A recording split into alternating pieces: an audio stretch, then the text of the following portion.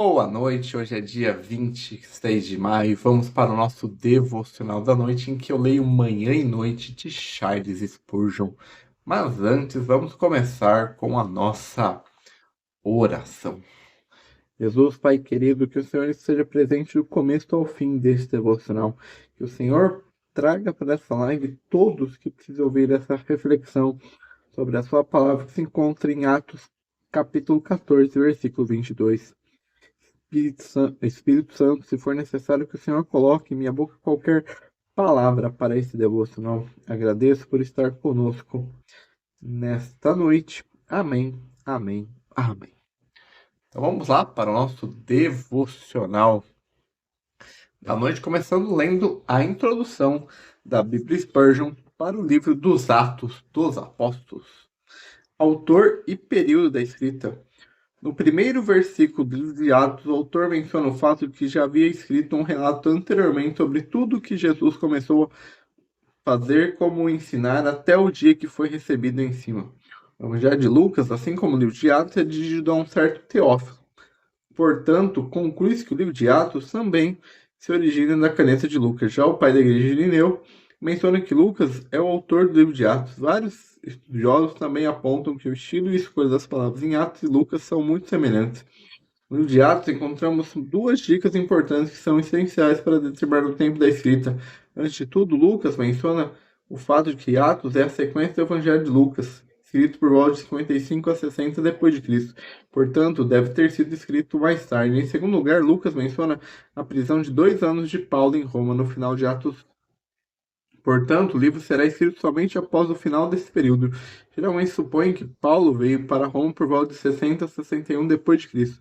Assim, o mais cedo que o livro de Atos poderia ter sido escrito seria em torno de 63 depois de Cristo.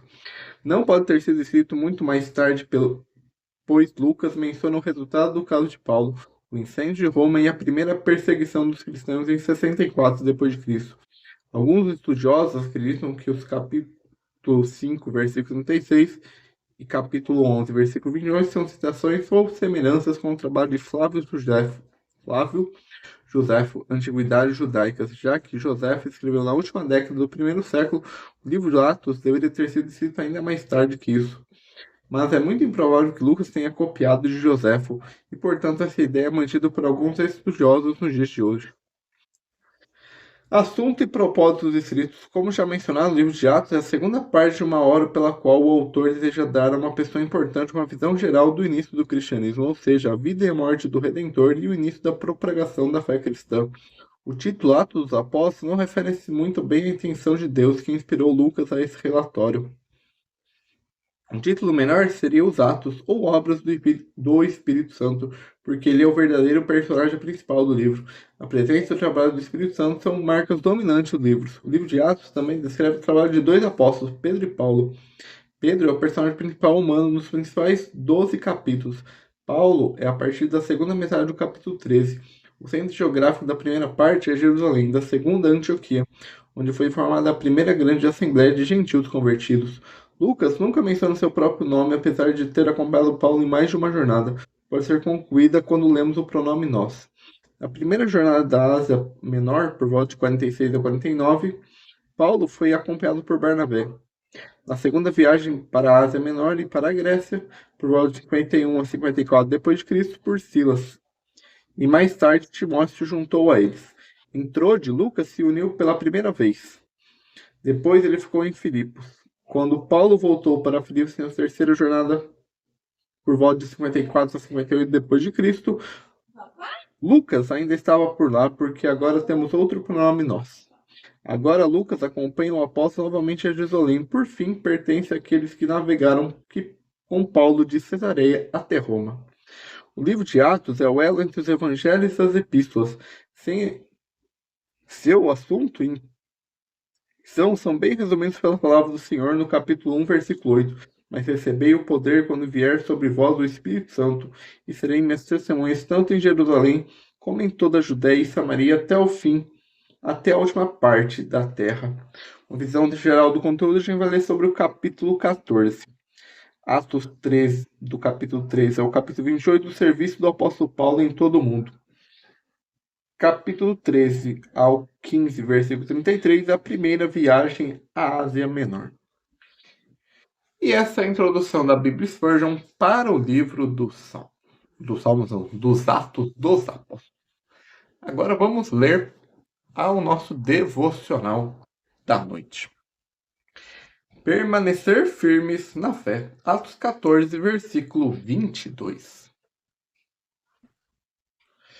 A perseverança é a insígnia dos verdadeiros santos.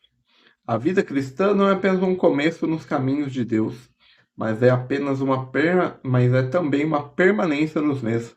Enquanto a vida durar, o que acontece com o cristão aconteceu ao grande Napoleão. Ele disse: "A conquista faz de mim que sou e conquistador, e conquistar me sustentará." Então, sobre a presença de Deus, querido irmão no Senhor, conquistar fez de você o que é, e conquistar deve sustentá-lo. Seu mote deve ser excelso. Somente é verdadeiro conquistador e deverá ser coroado ao final, aquele que permanecer até o som da trombeta de cessar. A perseverança é, portanto, o alvo de todos os inimigos espirituais. O mundo não se incomodará por você ser cristão por um tempo. Se ele puder apenas tentá-lo ao cessar sua peregrinação e prepará-lo para comprar e vender ele na feira das vaidades, referência ao livro O Peregrino de John Billman.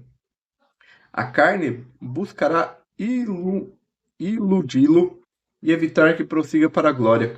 É um trabalho cansativo ser um peregrino. Venha, desista.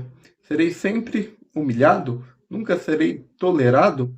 Dai-me pelo menos uma licença dessa batalha constante. Satanás fará muitos ataques ferozes à sua perseverança. Ele será o alvo de suas flechas. Ela será o alvo de suas flechas. Ele se esforçará para impedir seu serviço. Ele insinuará que você não está fazendo adequadamente e que precisa de descanso. Ele fará o possível para cansá-lo do sofrimento e sussurrará: amaldiçoa a Deus e morre. Ou atacará sua perseverança.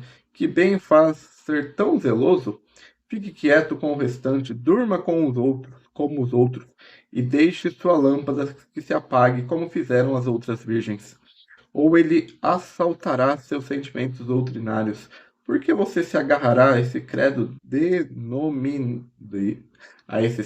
denominacionais? Homens sensíveis estão se tornando mais liberais?